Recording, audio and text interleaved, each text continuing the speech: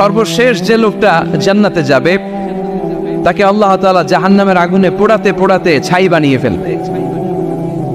আল্লাহ বলবেন, জিব্রাইল যাও একটু দেখো একটা মাত্র সেজদা দিয়েছে আমাকে, এরকম কাউরে পাওয়া যায় কিনা, বাটি চালান দিয়ে দেখো পাওয়া যায় কিনা।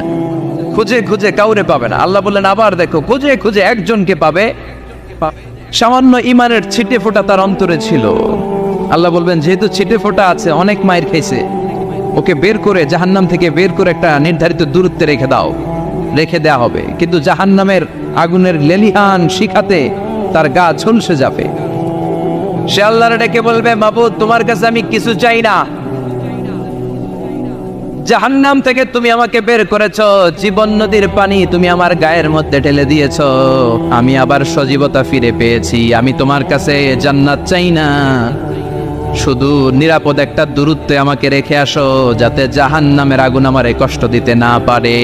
আল্লাহ আমি কিন্তু তোমার কাছে জান্নাত চাই না, কি চাই না, কি চাই না, জান্নাত চাই না, কিন্তু জাহান্নামের আগুন আমারে কষ্ট দিচ্ছে, এতটা দূরত্বে রাখো যাতে জাহান্নামের আগুন আমার গায়ে না লাগে।